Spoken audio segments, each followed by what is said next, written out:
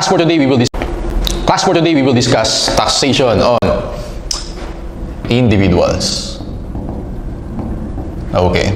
Now, in taxation, we have two major classifications of taxpayers. We have individuals and we have corporations. Now, for today, mag-focus muna tayo sa individuals. Okay? Now, sir, sino ba yung mga individuals na yan? Well, tayo, we are considered as individuals. And individuals earn income in different ways. So, isipin nyo kasi yung parents nyo, paano ba nag-earn ng income? Yung classmates nyo, yung friends nyo, or yung relatives nyo, paano sila nag-earn ng income? In different ways. Pwedeng employed sila in the Philippines, pwedeng nag-work sila sa private company, or nag-work sila for government, or pwedeng nag-work sila sa audit firms. So, maraming pwedeng employment, okay? Or pwedeng nag-abroad sila. Tawag natin sa kanila is, they are OFWs. So, you employed here in the Philippines, and yung mga OFWs na yan, nakaka-receive sila ng salary from the employer. Okay? Usually every 15th and 30th.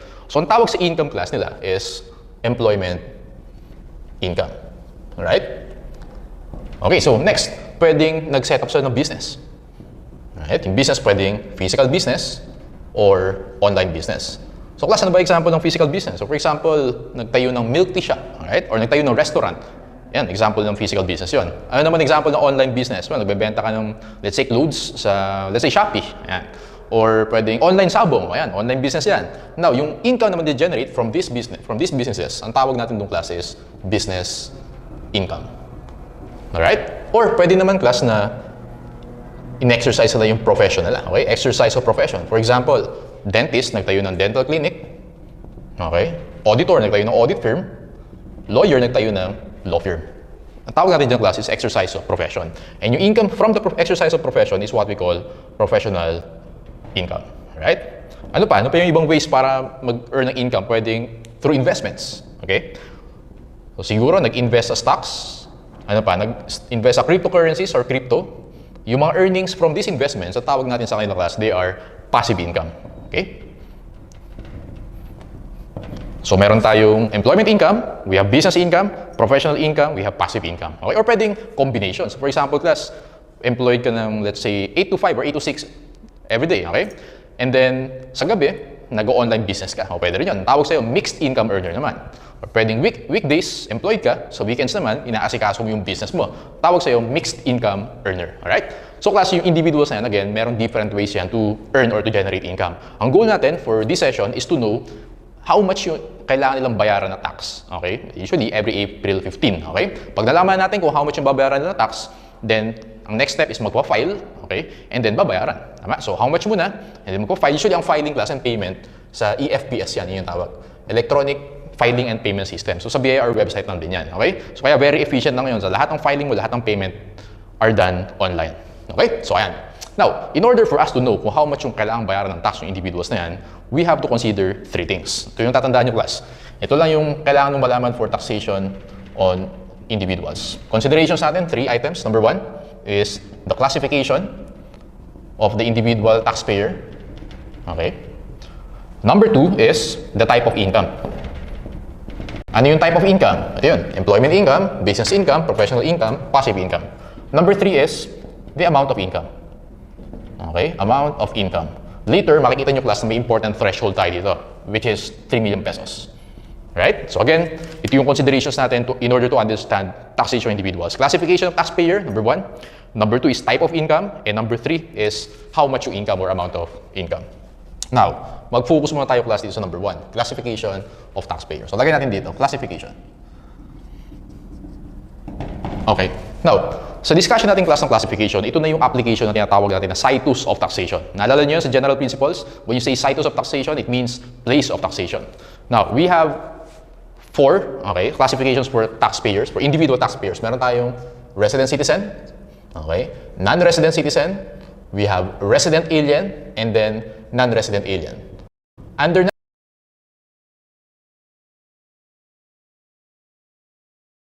non-resident alien, pwede yung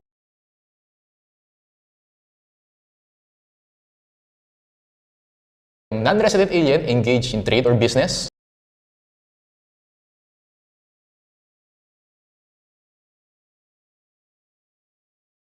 Or non-resident alien not engaged in trade or business. Okay, so basically,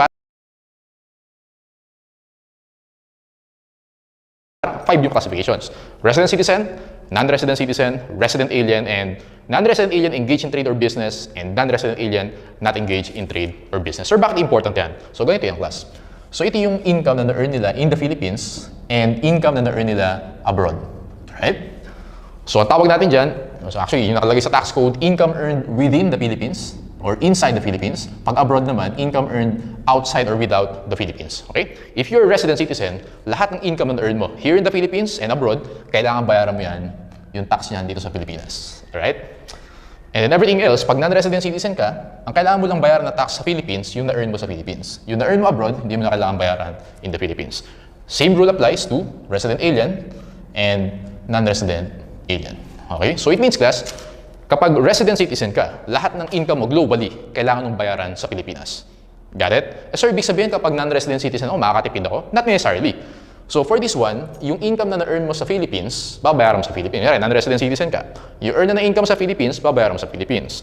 You earn na income mo abroad, okay? Babayaran mo abroad yun. Nakuha mo yan? Okay, so basically, lahat ng income mo, whether sa Philippines pa yan or abroad, lahat yan talaga babayaran mo yung tax niyan. It's just that, for resident citizen, dito mo lahat babayaran yan sa Pilipinas. Got it? Okay, now, ito yung tinatawag na natin na situs of taxation for individuals. So, ibig sabihin, class, very important, malaman natin, paano mo maka-classify, how do we know if resident citizen ka, non-resident citizen, resident alien, or non-resident alien? Mag-refer tayo sa G-sheets natin. Open nyo yung G-sheets. Okay, doon tayo sa second one, which is about individuals. So, nilagay ko na dyan lahat na kailangan malaman about individuals. So, mag-refer tayo dito, class, para efficient tayo. Para hindi ko na kailangan isulat lahat. Okay? Isa-isahin natin, class. Dapat malaman natin kung ano yung classification of individual. Mag-start muna tayo sa resident citizen. Okay, number 1 is resident citizen. Actually, walang description yung resident citizen dyan, okay? But, basically, yung resident citizens, they are Filipino citizens, okay? Residing in the Philippines. Right? So, Filipino citizens residing in the Philippines. So, ako, resident citizen ako. Kayo, resident citizen kayo. Except yung mga OFWs natin na reviewees, hindi sila resident citizen. Ang classification nila, non-resident citizen. Okay, sir, paano masasabi na Filipino citizen? Two ways. Okay, meron tayong tinatawag na Filipinos by birth or they are the natural-born citizens. Sir, how do I know if natural-born citizen ako? If yung parents mo, yung tatay at nanay mo, they are Filipino citizens, automatic, you are a Filipino citizen. Ang tawag natin doon, natural-born citizen. Or pwede rin na naturalized citizen ka. Okay? Pag dumaan ka sa legal process, nag-undergo ka ng naturalization process, ang tawag sa'yo, naturalized citizen. Okay? So again, pwedeng natural-born or naturalized. Bakit ko sinabi na kayo, sigurado kung Filipino citizen kayo? Bakit? Because requirement yan to take the board exam. Alright? So hindi ka pwede mag-take ng board exam na hindi ka Filipino citizen. Okay? So ayan. Now, pag sinabi mo namang resident, obviously, residing in the Philippines, dito ka nag-stay sa Philippines. Dito ka nakatira sa Philippines. Got it? Alright. So yeah, so that's resident citizen. So most of us are resident citizens. And pag resident citizen ka, lahat ng income na earn mo globally, babayaran mo dito sa Pilipinas. Let's go to non-resident citizen. Lalagay ko lang class dito yung mga keywords ha, pero mag-refer tayo. So let's read sa G-sheets natin. We have 4 for non-resident citizen. A citizen of the Philippines. O pag sinabing citizen of the Philippines, pwedeng natural-born or naturalized, who establishes to the satisfaction of the commissioner, the BR commissioner, of the fact of his physical presence abroad with a definite intention to reside therein. So lagay natin. So number 1, okay, A na lang to. A and then B. Ayan. So number 1, i-highlight natin yung mga important points. Okay, physical presence abroad. Okay, physical presence abroad. And then, ano pa nakalagay dyan? Definite intention to reside therein. Okay? Definite intention to reside therein. Ayan na lang. Definite intention to reside therein. Physical presence abroad, kaya siya tinawag na non-resident citizen. Because hindi siya nakatira sa Philippines. Okay? With definite intention to reside therein. So class, ang pinaka-important sa classification of individual taxpayers is the intention. Ito lagi yung magpe-prevail, yung intention. Alright? So now, for example, class, meron kang friends, no? May barkada ka, and then, yung barkada mo, yung buong family niya, nag-decide na mag-migrate doon sa Canada. Doon na sila titira. Ano yung classification nila? Classification nila is non-resident citizen. Bakit? Because yung presence nila, abroad na, doon na sila nakatira, and yung intention nila is to reside therein. Basically, doon na mag-stay. Classification nila is non-resident citizen. And if you're a non-resident citizen, yung income na earn mo sa Philippines, babayaran mo sa Pilipinas. Yung income na earn mo sa Canada, doon ka magbabayad ng tax doon. Right? Hindi mo na babayaran sa Pilipinas yun. Okay, next, number 2, a citizen of the Philippines who leaves the Philippines during the taxable year to reside abroad, either an immigrant or for employment on a permanent basis. So, lagay natin yan. Okay, so lagay natin dito immigrant, okay, or for employment on a permanent basis, or for employment on a permanent basis. Okay. So class, mga keywords na nilalagay ko para at least yun ang mga important items yung malaman nyo. Now, immigrant, yung example ko kanina, well, nag-migrate na to another country. Pag sinabi naman class, employment on a permanent basis. Okay. For example, na-hire ka sa Dubai. Okay. And then meron kang employment contract na, well, permanent employee ka na sa Dubai. Okay. Mag-OFW ka, permanent employee ka doon. Ang tawag sa'yo is non-resident citizen. Ang pinakamaganda example nito, again, yung mga OFWs. OFWs and then yung mga seaman, ayan, dito siya mag-fall sa number 2 for employment on a permanent basis. So class, yung, again, ang sabi ko kanina, intention yung magpe-prevail dyan. Now, as taxpayer, ikaw yung may burden of proof to show your intention. So, ano yung mga possible na para ma-prove yung intention na yan? Pwede mo ipakita yung visa mo. Alright? So, yung visa mo, for example, ang visa mo is only tourist visa. Tapos, ang gusto mo i-prove na permanent basis. So, hindi pwede yun. For example, tourist visa mo is only for 6 months. So, hindi mo mapuprove yan. Okay? So, dapat meron kang pwedeng employment contract, okay? Or working visa, or meron kang green card. Okay, yun. So, yung burden of proof na sa taxpayer. Bakit, sir? Kasi kapag non-resident citizen ka, again, hindi mo na kailangan bayaran sa Philippines yung income mo abroad. Okay? So, taxable within the Philippines ka lang. Got it? Next is, okay, number 3, a citizen of the Philippines who works and derives income from abroad and whose employment thereat requires him to be physically present abroad most of the time. So, ang i-highlight ko sa number 3 is yung employment, okay? Underline ko kasi marami nagkakamali dyan. Employment and yung physically present abroad most of the time. Yung most of the time na lang. Most of the time. Okay. Sir, what do you mean by most of the time? Actually, pag most of the time, ang ibig sabihin ng class is at least 183 days. Sir, saan nakuha yung 183? Okay? Plus, because we have 365 days a year. Tama? 365 divided by 2 is 82.5. Ano yung mas malaki sa 82.5? 182.5. Ano mas malaki sa 182.5? 183. Pag nag-stay ka ng 183, majority of the year, nasa ibang bansa ka. Kaya yun yung ibig sabihin ng most of the time or majority of the time. Gets? So, tanda mo yung 183 days. Pero dapat class for employment, ha? Okay, encircle ko yan. Employed ka sa ibang bansa, okay? You stay there most of the time, at least 183, non-resident citizen ka. Again, examples natin dito, OFWs and yung mga seaman yan. Okay? Now, may tanong ako sa inyo, i-test ko kayo. What if si Manny Pacquiao, ayan, pumunta siya ng Las Vegas and then meron siyang boxing match, right? Yung boxing match na yun, so ayan, ayan, basically ganun, may boxing match si Manny Pacquiao sa Las Vegas, ano yung classification niya? Pag pumunta siya doon, nakapaglaban siya. Classification niya is, ano siya? Still resident citizen. Bakit? Hindi naman niya intention na maging permanently based in Las Vegas. Ang intention na niya, pumunta doon to fight for, let's say, may title match. Okay? Again, magpe-prevail yung intention. Tama? Pag temporary lang, resident citizen yan. For example, ikaw class, pumunta ka ng Singapore. Nag-tour ka. Okay? Nag-tour ka. And then, ayun, nagpunta ka sa Singapore, punta ka ng Malaysia, nag-tour ka. Anong classification mo? Still resident citizen ka pa rin. Okay? Tax globally ka pa rin. Alright? What if naman class ganito? Let's say ikaw, nag-decide ka na nag-apply ka sa university abroad. For example, National University of Singapore. Okay? Natanggap ka. And then, meron kang student visa. Pwede ka mag-stay doon for, let's say, 2 to 3 years para matapos yung course mo. Okay? Sa NUS. Ano yung classification mo? Ang classification mo is non-resident citizen. Bakit? Because yung physically present abroad ka, and then, ang intention mo doon is doon ka tumira for 2 to 3 years. Okay? Again, intention ng prevail, ang tawag sa'yo doon is non-resident citizen. Number 4. Okay. Basahin natin. Medyo dalawang lines yan. A citizen who has been previously considered as non-resident citizen who arrives in the Philippines at any time during the taxable year to reside permanently in the Philippines shall be considered a non-resident citizen for the taxable year in which he arrives in the Philippines with respect to income derived from sources abroad until the date of his arrival. Ang haba ng sinabi, pero ganito lang ibig sabihin ng class. For example, ako, nag-work ako sa US. Okay? Nasa US ako for 5 years. And then, nag-decide ako na uwi na ako sa Philippines. Ayoko na, nagsawa na ako mag-work doon. Dito na ako, permanently. Okay, so let's say ito yung timeline. This is January 1, this is April 1, and this is December 31. Yan yung taxable year, okay? Now, umuwi ako sa Philippines, April 1. Okay? Nasabi dito, class, from January 1 hanggang April 1, which is the date of arrival, tingnan nyo yung last part, okay, yung last part of the sentence. Nakita nyo yung nakabold doon, until the date of his arrival. Okay? Ibig sabihin, from January 1 up to April 1. Hindi March 31 hanggang date of arrival. Ang classification dito daw is non-resident citizen. Got it? So ulitin natin. A citizen who has been previously considered a non-resident citizen who arrives in the Philippines, bumalik na ako sa Philippines at any time during the taxable year, ito yung taxable year natin, umuwi ako ng April 1, to reside permanently, yung intention ko is magstay na permanently in the Philippines, shall be considered a non-resident citizen for the taxable year in which he arrives in the Philippines with respect to income derived from sources abroad until the date of his arrival. Okay? And then class, from April 2, okay? April 2 to December 31, ang classification ko na is resident citizen. Alright? Ano yung implication yan? Yung implication yan, yung na-earn ko sa abroad, hindi ko na kailangan bayaran sa Philippines. Okay? Let's say may na-earn pa ako abroad. Okay? For some reason, for example, binigyan pa ako ng bonuses na employer ko for this time period, kailangan kong bayaran yan. Because as a resident citizen, you are taxed globally, within and without the Philippines. Dito ka wala kang babayaran sa Pilipinas, kaya X, dito may babayaran ka sa Philippines. Got it? Right? That's what you call non-resident citizens. Clear ba yung dalawa? So class, medyo mahaba ng discussion ko dito kasi ang dami tinatanong dyan. Okay? Sa resident citizen and non-resident citizen. Okay, let's move on to the third one. Tawag naman natin is resident alien. Ayan.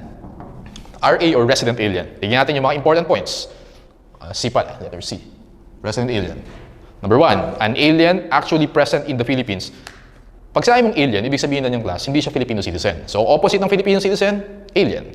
Pag US citizen ka, alien ka sa Philippines. Australian citizen ka, alien ka in the Philippines. Okay? So, pag sinabing resident alien, residing in the Philippines, nakatira sa Philippines, but hindi siya Filipino citizen. Alright?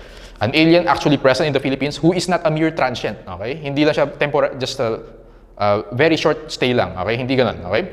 A person who comes to the Philippines for a definite purpose, which is in nature, may be promptly accomplished, is a transient. Yun yung definition ng transient. Kapag pumunta ka dito, and then mabilisan lang yung purpose mo, okay? O promptly accomplished, transient ka. Sabi dito class, yung resident alien is not a transient. So yun yung muna. So first is not a transient. Later, magbibigay ako ng examples para malinaw class ha. Okay, let's go to number 2. An alien who comes to the Philippines for a definite purpose, which by its nature would require an extended stay, making his home temporarily in the Philippines. Okay, so lagay natin sa number 2, definite purpose. Alright, what else? Lagay natin dyan, definite purpose, extended stay. Alright, extended stay and temporarily. Yan, yun yung mga keywords natin. Temporarily. Definite purpose, may reason kung bakit ka pumunta ng Philippines. Extended stay, and then yung titira ka dito, just temporarily lang. Alright? Number 3, an alien who shall come to the Philippines with no definite intention as to his stay. Number 3, no definite intention as to his stay. Okay, so basically, hindi mo alam kung hanggang kailan ka mag-stay sa Philippines. Okay, yun yung ibig sabihin ng resident alien. I'll give you examples. Example number 1. For example, class, kanina, di ba, ikaw yung nag-aral abroad, okay? Ngayon, merong US citizen pumunta sa Philippines as exchange student, alright? Now, mag-aaral siya sa Philippines for, let's say, 2 years, okay? Lagay ko dito, examples, exchange student. Okay, yung exchange student na yun, okay, let's say US citizen siya, punta siya ng Philippines, mag-aaral siya for 2 years to finish his course, is an example of resident alien. Bakit, sir? Una-una, hindi siya transient. Okay, 2 years yung kailangan niya para matapos yung course niya. Extended stay, yan. Extended stay, and then yung meron siyang definite purpose. Definite purpose niya is to finish his course, and then temporary lang. So after 2 years, babalik na siya ng US. Right? Yun yung isang example natin, exchange student. Second example, expat. Okay? For example, merong pumunta dito na Japanese citizen. Right? Kasi again, pag sa mong alien, hindi siya Filipino citizen. May pumunta na Japanese citizen in the Philippines, and then, let's say, scientist siya. Okay? Japanese scientist. And then yung goal niya is, kaya siya pupunta dito, is for a project. Gusto niyang tulungan yung Philippines na sa more efficient vaccination for COVID. For example, ganun. Now, as expat, meron siyang definite purpose. Meron siyang project here in the Philippines. Okay? And then, kailangan niya ng extended stay. Kailangan niya mag-stay until matapos yung project niya. So, yun. Expat is an example of a resident alien. Got it? Alright. Now, for example naman, class, kanina. So actually, pwede mong isipin na yung non-resident citizen, opposite ng resident alien. So kanina yung OFW, non-resident citizen yan. Ibahin mo yung perspective, okay? Pag OFW, tayo pumunta abroad, tama ba? Let's say naman, US citizen, siya naman pumunta sa Philippines para sa employment. Let's say yung employment niya is for 3 years. Ang classification niya is resident alien. So pwede mong isipin na gano'n, pwedeng opposite ng non-resident.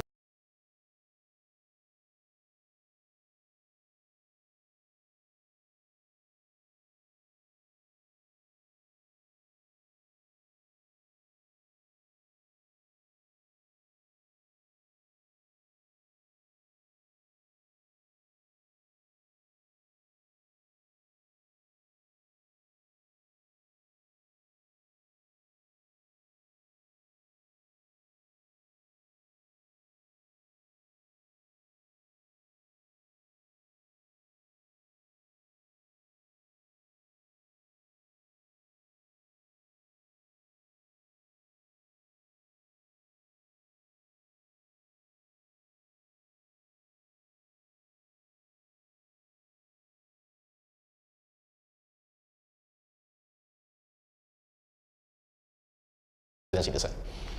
Got it? Alright. Now class, yung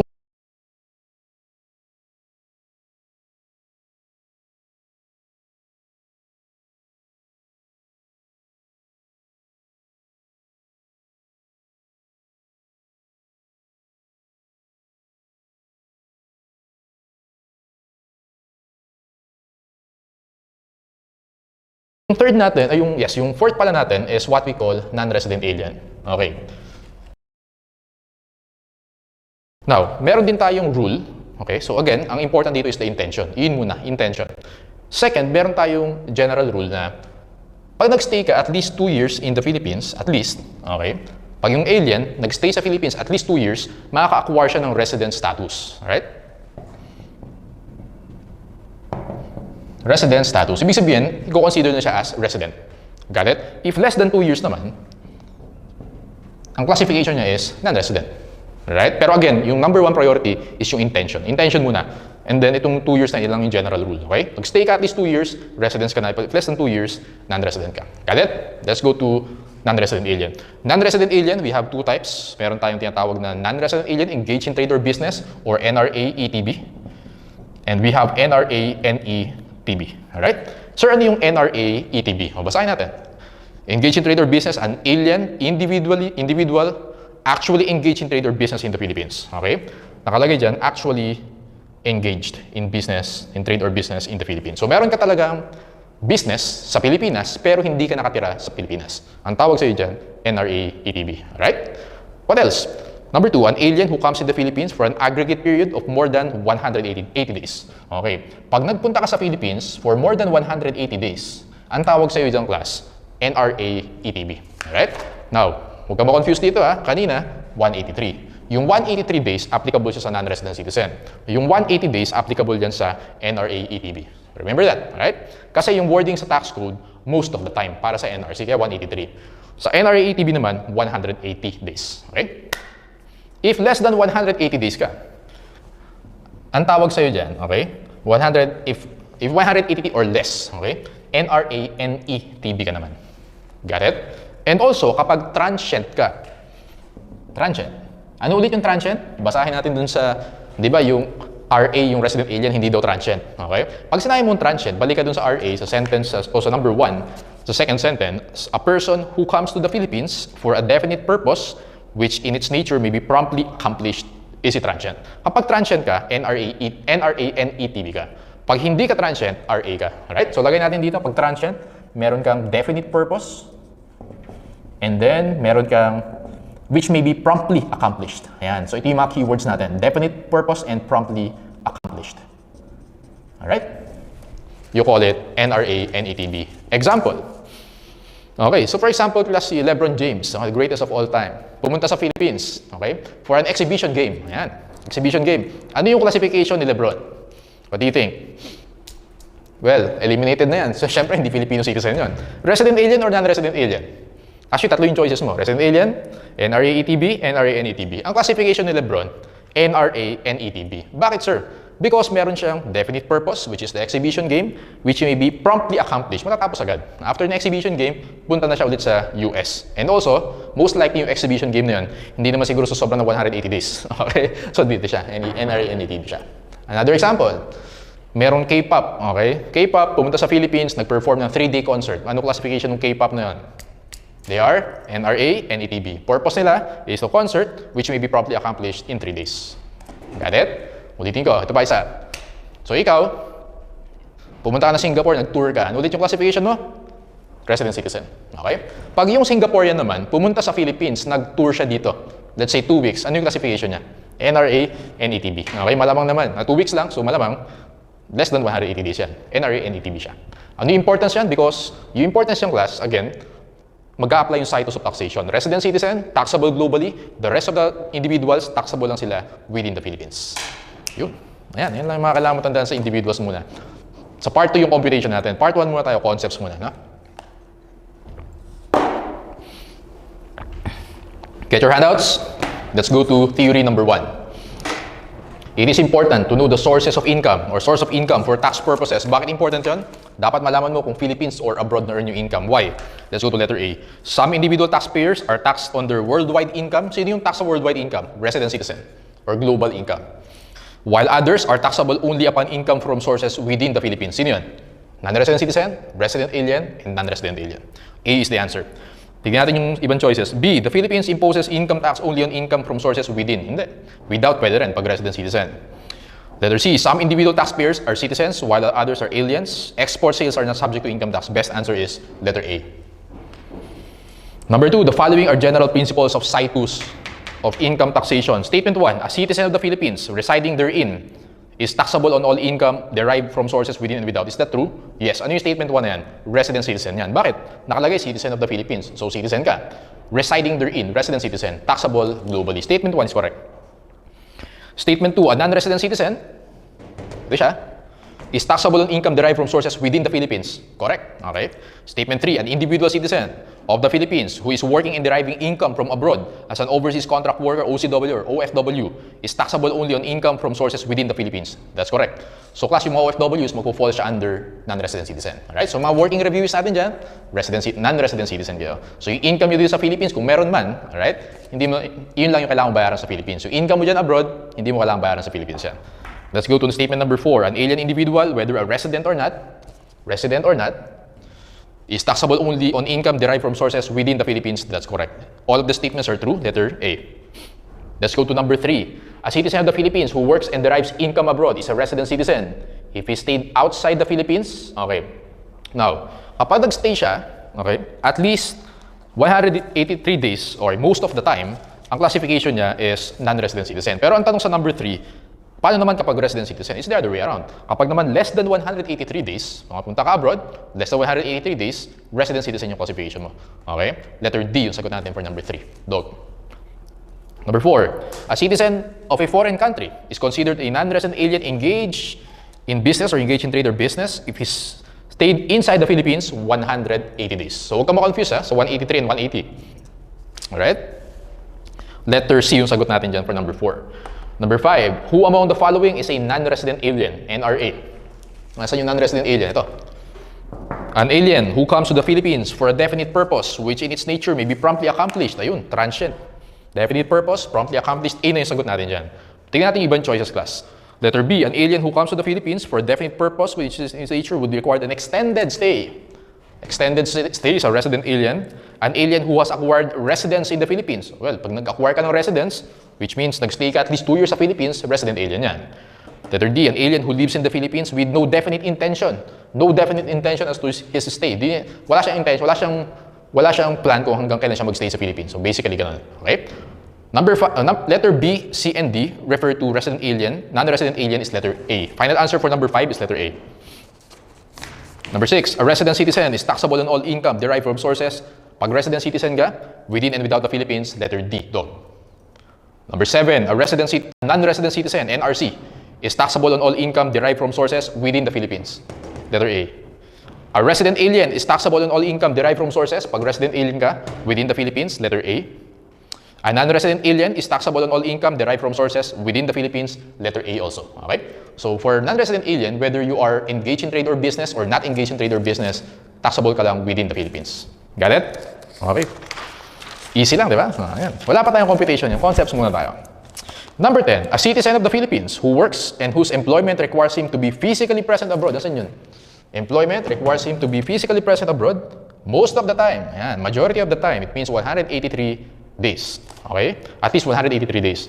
Non-resident citizen siya. Pag non-resident citizen, letter D yan. Taxable on income from within the Philippines. Dog yung sagot natin for number 10. Okay. Let's go to number 11. Determine the correct classification of the following. Mr. A, a Filipino businessman. O, sinabi ng Filipino, di dalawa lang choices mo dyan. Resident citizen and non-resident citizen. Tama? Went on a business trip abroad and stayed there most of the time. Aba? Most of the time. Okay. Number 2, Mr. B, a Filipino professional designer. So, ibig sabihin, dalawa lang choices mo. Held a series of concerts in various countries around the world. He stayed abroad most of the time. Aba? Most of the time na naman. Okay. Number 3, Mr. C, a Filipino artist. So, Filipino, ibig sabihin, dalawa lang yung choices mo. Went to Korea during the taxable year to train and participate in World Cup of Pool or billiards. He stayed there most of the time. So lahat most of the time. Answer natin is, nako, isasagot mo sana dyan, lahat non-resident citizen. Kaya lang class, meron akong sinabi dito, may in-circle ako dito. Marami nagkakamali dyan. May in-circle ako dito. Dapat yung purpose mo kung bakit ka nag-stay abroad most of the time is because of employment. Okay? Employment ba yung purpose nila? Hindi. First of all, Filipino businessman went on a business trip. Business purpose yun, not employment. Yung isa naman, professional singer, hindi siya employed abroad. Okay? Yung isa, nag-play ng billiards, hindi siya employed abroad. Okay? Numbers 1, 2, and 3, hindi sila employed.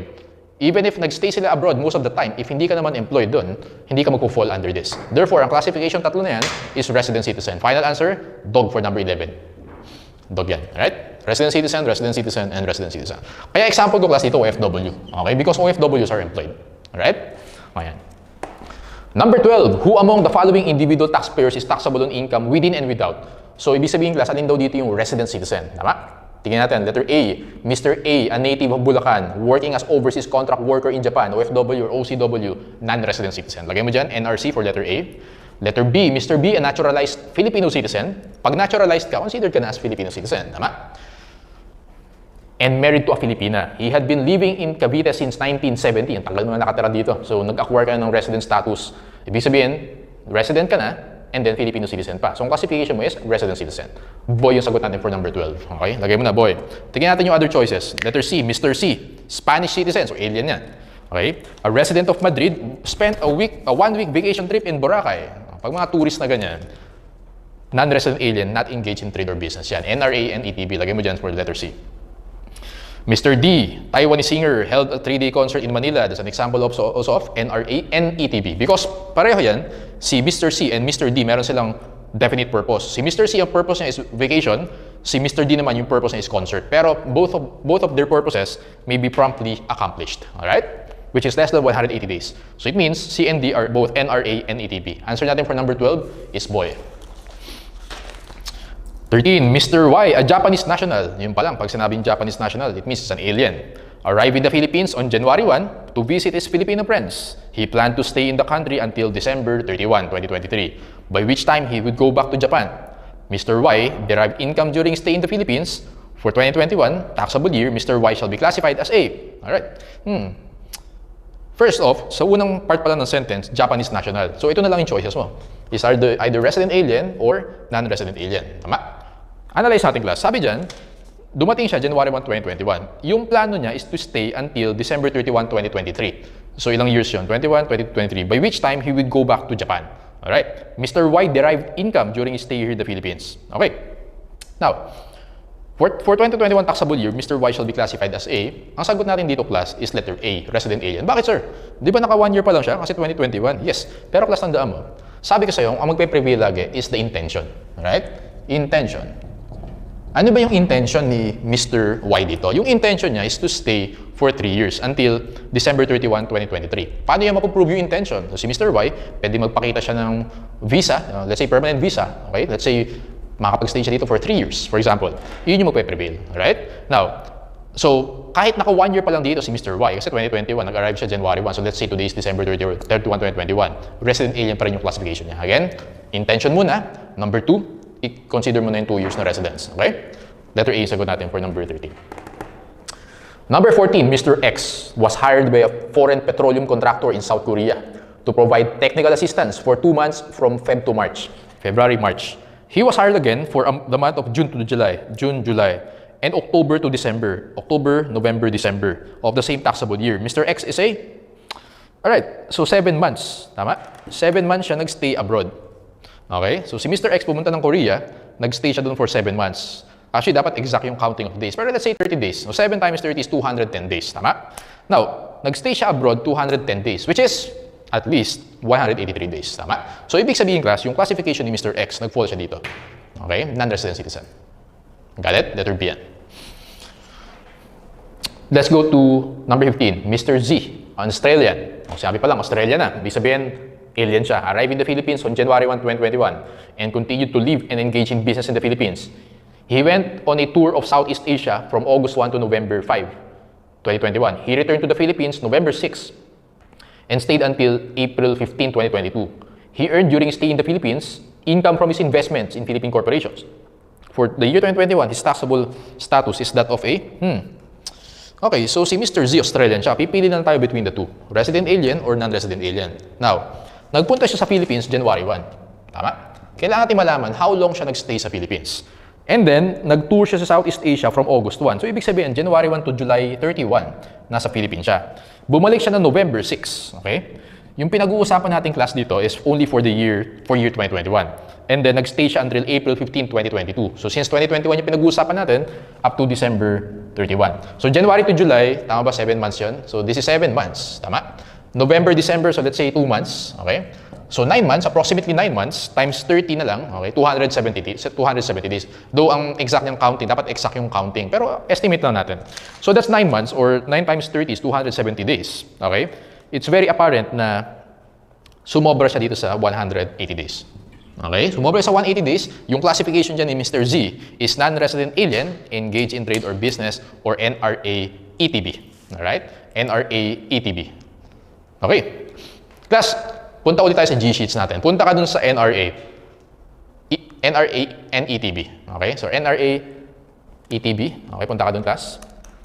And then, kung makikita mo dyan, ang nakalagay dyan, number 2, nakita mo dyan yung aggregate period of more than 180 days. Nakita mo yun? Aggregate period of more than 180 days. Yung important word dyan is the aggregate. Okay? Ibig sabihin, class, yung 180 days, hindi necessary na tuloy-tuloy yan. Not necessarily continuous. Okay? Pwedeng installment. For example, pumunta dito, January to March, 3 months. Tapos bumalik mo na ng US. Okay? Tapos bumalik ka naman dito, nagstay for 4 months. So installment within the year, okay? Yung 180 days. So again, hindi requirement na continuous yung stay for at least 180 days. Pwedeng installment yan. Basta nangyari within the taxable year. Dito pa lang, naka 7 months ka na. Alright? So kaya ang counting class, i-add mo siya. Okay? Dito continuous. Pero, again, hindi requirement na continuous. So, ang counting natin, i-add mo yung total stay niya. Kaya 9 months yung consideration natin. Remember that, ha? So, marami nagkakamali dyan. Akala nila, kailangan continuous. Hindi. Aggregate lang siya. Kahit installment pwede. Alright. So, answer natin yan is dog. Let's go to number 16. Mr. X, a Korean singer, was engaged to sing for 1 week at the Philippine Arena. After which, he returned to South Korea. For income tax purposes, he shall be classified as, well, may example ako ng K-pop. O, parang gano'n lang din yan. May definite purpose sila. Okay, which is a concert, may be promptly accomplished in ilang days daw, or 1 week. Letter C, NRA, NETB. Okay, NRA, NETB. Alright. Sige, let's go to number 17. Mr. Y, non-resident citizen. Non-resident citizen. Arrives in the Philippines on July 1 to reside here permanently after working as a doctor in US for many years. Which of the following statements is correct with respect to his classification for income tax purposes? Actually, number 17 na yan. Ito yan, yung number 4. Bumalik siya in the Philippines.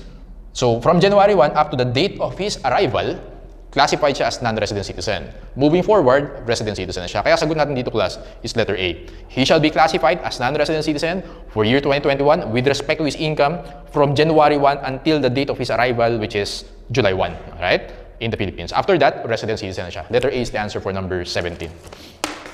Skip muna tayo sa 18 and 19. Later natin sasagutan yan kasi ibang concept na yan. Let's go to number 20. Mr. X left the Philippines on April 10 to work as an internal auditor in a big firm in Sydney, Australia. For income tax purposes, which of the following statements is correct with respect to the classification? Okay. So kanina, dun sa problem o sa item number 17, si Mr. Y from US bumalik na sa Philippines. Tama? Ito yung naging sagot natin. NRC and then RC. Tama? Ngayon naman, class, opposite naman sa number 20. From the Philippines, pumunta naman sa Australia. Alright? Umalis siya noong April 10. So, paano yung magiging classification mo dyan? Dog naman, sagot natin dyan. He shall be classified as non-resident citizen with respect to his income from April 11, 2021. So, ganito nangyari dyan, class. This is January 1. Okay? This is April 10 and this is December 31. Okay? Opposite naman yan. Ang mangyayari dyan, class, starting April 11, okay, to December 31, yung classification niya dyan is non-resident citizen. Siyempre, nandun siya sa Australia. Okay? From January 1 up to April 10, resident citizen siya. So, opposite siya ito. Alright? Answer natin for number 20 is letter dog. Number 21, a citizen of the Philippines was a non-resident citizen in 2020 on May, gawin mo May 14. Okay? Hindi May 15. Change May 15 to May 14. He arrived in the Philippines. So, May 14 is the date of his arrival. He arrived in the Philippines to reside permanently here in the Philippines. So, parang item 17 lang yan. His income for the year was, okay, from January 1 to May 14, ito siya, parang ito, okay, bumalik na siya sa Philippines to reside permanently in the Philippines, yung income niya from January 1 to May, non-resident citizen yun. Tama? So pag timeline natin yan, January 1, and then this is, ang date of arrival niya, again, i-correct mo yan, it should be May 14, this is December 31. From January 1 to May 14, non-resident citizen siya. From May 15 to December 31, resident citizen naman siya. Alright? So sagot natin dyan, class, is letter C. He is considered, which of the following is wrong? Tignan natin isa-isa muna. A, he is considered a resident citizen, or B, ito daw yung A income, ito yung B income. So sa income niya dito, resident citizen siya. So correct yung statement A, right? Yung letter A. Ang tanong is which is wrong, okay? Letter B, he is considered a non-resident citizen of his A income, correct din yan.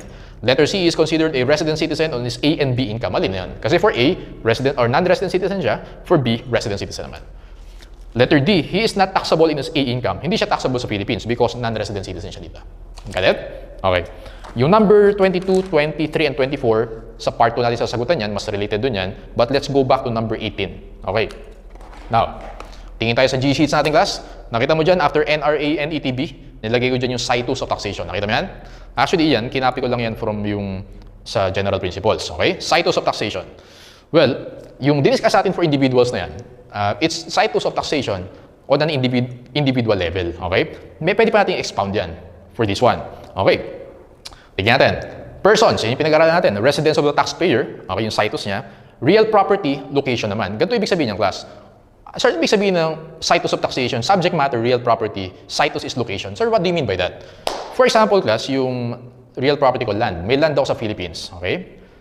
And then, nandun ako sa US, for example, And then, may kaibigan ako sa US, binenta ko yung land ko sa Philippines sa kanya. So, ulitin ko. Okay, meron akong land sa Philippines, and then nagpunta ako sa US, binisita ko yung kaibigan ko doon. Nag-usap kami ng kaibigan ko, sabi ko sa kanya, bilhin mo yung land ko sa Philippines. Okay. So, yung transaction nangyari sa US, pero yung land na sa Philippines. Anong klaseng income yun? Within or without? Within or without? Ang sagot natin doon, class, within. Because yung Citus of real property is the location kung nasaan yung land na yun. Kahit saan ko pa binenta yan, yung land na sa Philippines, within the Philippines yun. Got it? Okay. Tangible personal property, location din. For example, yung laptop na to. Binenta ko at a gain. Kasi pag may gain, may income tax. Tama? Binenta ko at a gain. For example, yung laptop na yung class, dinala ko sa abroad. Okay? Punta ako ng Japan, doon ko binenta. Right? Yung rule doon is location. Kung saan ko siya, kung nasaan yung laptop. So in that case, since nadala ko siya sa Japan, yung place of taxation ko doon is outside the Philippines. What? Okay. Let's go to intangible personal property. Plus, ito very critical. No? Dito marami nagkakamali na students. Pag sinabi mong intangible, sa accounting, di ba, meron tayong franchise, meron tayong copyright, etc., trademark. Ganun din sa tax. Okay? Intangibles din yun. Pero, yung items such as bank deposits, so nilagay ko na dyan, insurance policies, accounts receivable or receivables, for taxation purposes, considered sila as intangible assets. Okay? Ang tawag sa kanila, intangible personal property. Yung Citus niyan is domicile or residence of the owner, kung saan nakatira yung owner. Got it? So later, i-apply natin yan. Pag business naman, okay, kung nasaan yung business. Right? So nagbebenta ka sa customers, yung business mo nasa, let's say, nasa Cavite. Ayun, within the Philippines yun. Okay? Pag service, let's say, dental services. Okay? Kung saan mo pinerform yung service na yun. Place of performance. Okay, so take note of this. Yung rules natin for Citus of taxation, apply natin yan for number 18 and number 19.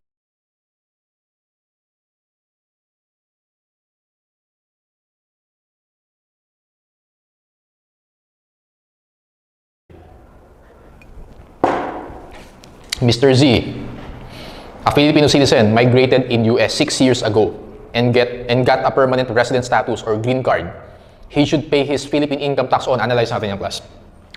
Si Mr. Z, Filipino citizen siya. Tama? Nakalagay niya, Filipino citizen. Nag-migrate siya sa US and then meron siyang green card. Permanent siya. Ano yung classification niya? Ito. Non-resident citizen na siya. Tama? Nag-migrate na siya on a permanent basis. Si Mr. Z is a non-resident citizen. And a non-resident citizen is taxable only on income within the Philippines. Now, ang tanong natin diyang class, so he should pay his Philippine income tax on. So, ibig sabihin, ang tanong dito, alin daw sa choices na yan, yung income derived within the Philippines. Does that make sense? Alamin natin. Doon tayo sa letter A. Dividends received from a 2-year-old foreign corporation whose gross income was derived solely from Philippine sources. Okay. Yung dividends na yung class, i-expound natin yung pagdating sa corporations kasi related yung dividends sa corporations. Pero for corporations or for dividends, ito muna yung tandaan mo for now. Alright? For now, Sa letter A, ito lagay mo. Yung dividends class, kapag galing yan sa foreign corporation, ang rule natin dyan class is at least 50% of income na derive here in the Philippines and for at least 3 years. Ito yung rule, tanda mo. 50% or at least 50% and 3 years before maging classified as within the Philippines. Alright? So again, yung income na derive at least 50% sa Pilipinas for the past 3 years. So in this case, nakalagay dyan class, 2-year-old foreign corporation. So it means, kahit nakalagay dyan, gross income was derived solely, so 100% derived in the Philippines, so pumasa siya dito sa 50%, kaya lang hindi siya pumasa dun sa 3 years kasi 2-year-old pa lang yung corporation. Letter A is without the Philippines. Again, babalikan natin to. So for now, wag mo na masyadong dibdibin yan, but basically, tanda mo yung at least 50% and 3 years.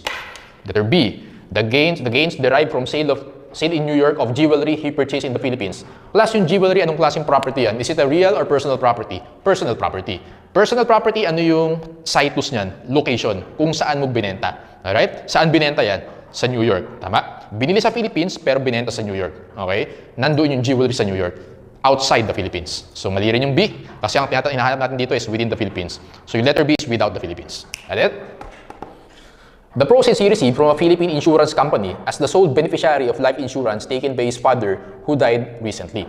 Okay, yung mga insurance policies na yan, as I mentioned earlier, example yun ng intangible personal property. If it's an intangible personal property, yung situs natin is domicile or residence of the owner. Plus, saan nakatira si Mr. Z as of this moment? Saan siya nakatira? Sa US. 6 years na nga daw siya dun eh. May residence status na siya. So, nakatira siya sa US. Ibig sabihin, class, since ang situs natin is domicile kung saan siya nakatira, which is outside the Philippines, sa US siya, yung letter C na yan, kahit sa Philippine Insurance Company pa siya nakuha, again, ang titignan natin is the domicile of the owner. Saan nakatira si Mr. Z? Abroad, in the US. It means letter C is without the Philippines. Got it? Okay. So, mali rin yung letter C. Letter D, the gains derived from the sale in the New York Stock Exchange of shares of stock in PLDT, a Philippine corporation. Again, so corporation na naman, i-expound natin to soon. Pero ito muna yung tandaan mo kapag corporation. Yung situs naman, kapag shares of stocks, okay? Shares of stocks, tandaan mo, ito yung situs niya. Right? Situs niyan is the nationality of the issuing corporation. Okay? Nationality of the issuing corporation. Okay, so let's read again. The gains derived from the sale in the New York Stock Exchange of shares of stock in PLDT, a Philippine corporation. Kasi yung PLDT listed din sa New York Stock Exchange. Now, binenta siya sa New York. Okay? Does it mean na outside the Philippines yun? Hindi. Because ang situs, kapag shares of stock, is the nationality of the issuing corporation. Sino nag-issue ng shares? Si PLDT. Ano yung nationality ni PLDT? Domestic corporation based sa Philippines. Okay? Since si PLDT, yung nationality niya is Filipino siya. So it means within the Philippines yan. Got it? Hindi siya yung place of sale. Okay? It should be yung pag shares of stock, nationality of the issuing corporation. Therefore, letter D is within the Philippines. Dog yung sagot natin for number 18. Alright, last one na for number 19. Ito yung last question for part 1 of the individuals. An Australian citizen permanently residing in the Philippines. Ano tawag natin sa kanya? Kung Australian citizen siya, alien siya. Kung permanent siya sa Philippines, ito siya, resident alien. Tama? Resident alien so Australian citizen. Receive several items, okay, during the taxable year, which among the following is not subject to Philippine income taxation. So si resident alien, taxable lang siya within the Philippines. So, kung ang tanong sa atin dyan, class, is not subject to Philippine income tax, ibig sabihin, alin daw dito yung without the Philippines. Does that make sense? Okay.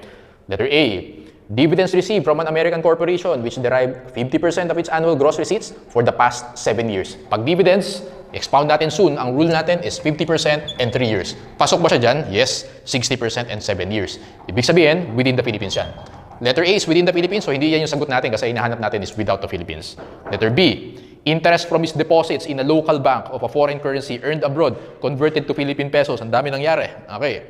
Interest from his deposits in a local bank, so Philippine bank, of a foreign currency earned abroad, converted to Philippine pesos. So ano yan? Within or without? Tignan mo muna kung anong klase siya. Anong subject matter yan. Sabi ko sa iyo, class, yung bank deposit is an intangible personal property. Okay? Intangible personal property, yung situs niya is the domicile or residence of the owner. Saan nakatira si Australian citizen? Permanently residing in the Philippines. Domicile siya in the Philippines, ibig sabihin, yung bin na yan, within the Philippines yan. Okay, so hindi yan yung sagot natin. Letter C, gains derived from sale of his condominium unit located in Makati to another resident alien. Tama ba yung condo unit? Pwede natin sabihin na real property yan. Okay, immovable property. Kapag real property, Actually, kahit personal property, tangible personal property, yung situs natin is yung location. Saan nakalocate yung condominium? Sa Makati, which is nasa Philippines. Therefore, yung letter C na yan is earned or income within the Philippines. Got it? So, ibig sabihin, dog na yung sagot. Bakit, sir? Consultancy fees received for designing a computer program and installing the same in a Tokyo facility of a Japanese firm. Yung letter D na yan is rendering of services. And yung services, ang situs natin dyan is place of performance. Saan na-perform yan? Well, in Japan. Sa Tokyo facility, sa Japan, which is outside the Philippines. Therefore, letter D is income derived outside the Philippines. Yan yung sagot natin. Because yun yung question. Which among the following is not subject to Philippine income tax? Because this is resident alien. Ang tinatanong is outside the Philippines, letter D. Okay, so ayan. That's the end of part 1 of taxation and individual. So, sa part 2 naman class, turuan ko naman kayo mag-compute. Okay? So far, puro concepts pa lang tayo. Wala pa tayong computation. So, next session natin, computation naman.